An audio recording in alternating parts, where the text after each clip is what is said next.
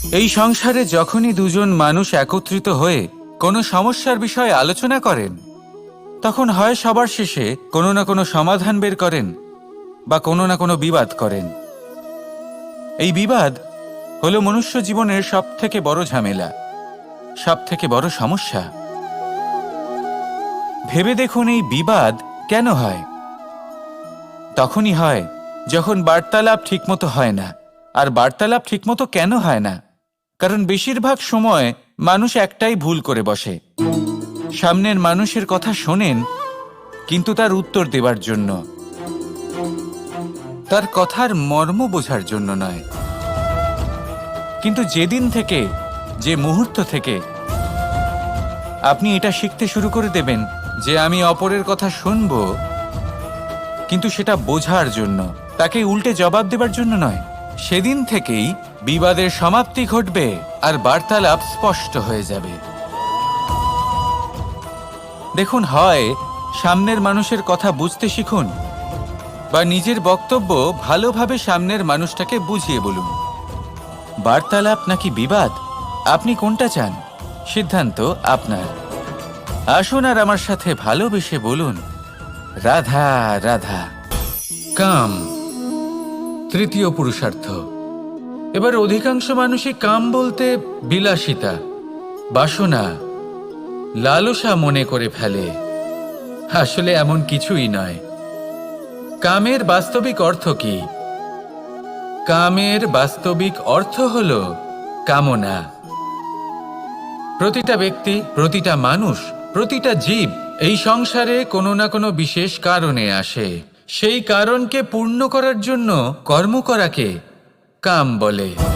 এখন সেটা সবার জন্য ভিন্ন হতে পারে। কারোর কাছে সেটা জ্ঞান অর্জন করা হতে পারে, আবার কারোর কাছে নির্মাণ করা হতে পারে। কারোর জন্য পরিবারকে সঞ্চালন করা হতে পারে, আবার কারোর জন্য এই সংসার থেকে পাপ দূর করা হতে পারে। কিন্তু সবথেকে গুরুত্বপূর্ণ হলো যে মানুষ যেন নিজের কর্ম ঠিক করে করে, সম্পূর্ণ যত্ন নিয়ে করে। তৃতীয় পুরুষার্থ মানে এই কাম। এটার অনুচিত অর্থ নিজেকে বোঝানো মানেই সমগ্র জীবনকে অর্থহীন করে দেওয়া। তাই প্রেম দ্বারা আপনার এই সংসারে আসার কারণটাকে অনুসন্ধান করুন, আর এই প্রেমের সাথেই বলুন, রাধা রাধা। প্রেম আড়াই অক্ষর, মাত্র আড়াই অক্ষরের এই শব্দ প্রেম, এর মধ্যে ত্রিলোকের এবং সমগ্র ব্রহ্মাণ্ডের বীজ নিহিত আছে। এমন কি আছে যা এই প্রেম করতে পারে না?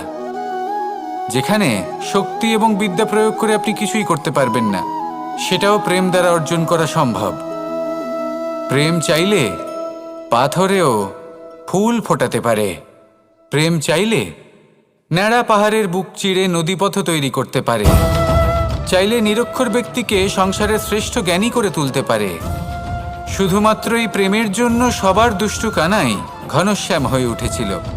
শুধুমাত্র এই প্রেমের টানেই ত্রিলোকের স্বামী দ্বারকাধীশ নির্ধন সুদামার পদসেবাও করেছিলেন। এই প্রেম হলো সংসারের সবথেকে বড় শক্তি। এই সংসারের আধার হলো প্রেম। এমন কিচ্ছু নেই যা এই প্রেমের পক্ষে সম্ভব নয়। যেখানে বিদ্যা এবং শক্তি সাহায্য করতে পারে না, সেখানে এই প্রেম আপনাকে জয়ী করে দিতে পারে। তাহলে আসুন আর আমার সাথে ভালোবেসে বলুন, রাধা রাধা। আমরা যখনই কোনো যাত্রায় যাব বলে মনে করি, তখনই আমরা প্রস্তুত থাকি আসন্ন বিপদের জন্য বা সংকটের জন্য। যেমন যদি আমাদের মনে হয় যে আজকের পরিবেশ খুব ঠান্ডা হবে, তাহলে আমরা গরম বস্ত্র ধারণ করি বা সেটাকে সাথে নিয়ে যাই। যদি মনে হয় যে বৃষ্টি হতে পারে বা বৃষ্টি হয়ে চলেছে, আমরা দেখছি, তাহলে আমরা একটা ছাতা সাথে নিয়ে নিই। আমরা প্রস্তুত থাকতে চাই এবং এটাই উচিত, এবং সেই কারণেই আমরা যাত্রায় সাফল্য লাভ করি। কিন্তু যদি আমরা কথা বলি জীবনযাত্রা নিয়ে, যা কিনা সব থেকে বেশি গুরুত্বপূর্ণ, তাহলে তার জন্য আমরা পূর্ণরূপে প্রস্তুত থাকি না। আশেপাশের মানুষ, এই সমাজ, আমাদের সাথী, আমাদের মিত্ররা যে কোনো মুহূর্তে বদলে যেতে পারেন। সেই জন্য আমরা নিজেদেরকে কখনো সাবধান করি না, কখনোই নিজেদের প্রস্তুত করি না। আমাদের এটা কখনোই মনে হয় না যে এরকম হতে পারে। আর সেই কারণেই শেষে গিয়ে আমরা অত্যন্ত দুঃখ পাই। একটা অমূল্য শিক্ষা আছে যেটা আমাদের লাভ করা উচিত। সতর্ক থাকা উচিত। এই জীবনযাত্রার জন্য শুধুমাত্র এই পরিবেশের বিষয়ে তথ্য সংগ্রহ করা বা তাকে অনুমান করা এটুকু হলেই চলবে না। আমাদের আশেপাশের মানুষজনকে দেখতে হবে, তাদের স্বভাব পরিস্থিতির ওপর নজর রাখতে হবে। যখন তারা রং পাল্টাচ্ছেন নজর রাখতে হবে, তা অত্যন্ত আবশ্যক। পরিবর্তন আপনার জীবনে অবশ্যম্ভাবী। সঠিকভাবে তার সম্মুখীন হন। আসুন আমার সাথে ভালোবেসে বলুন, রাধা রাধা।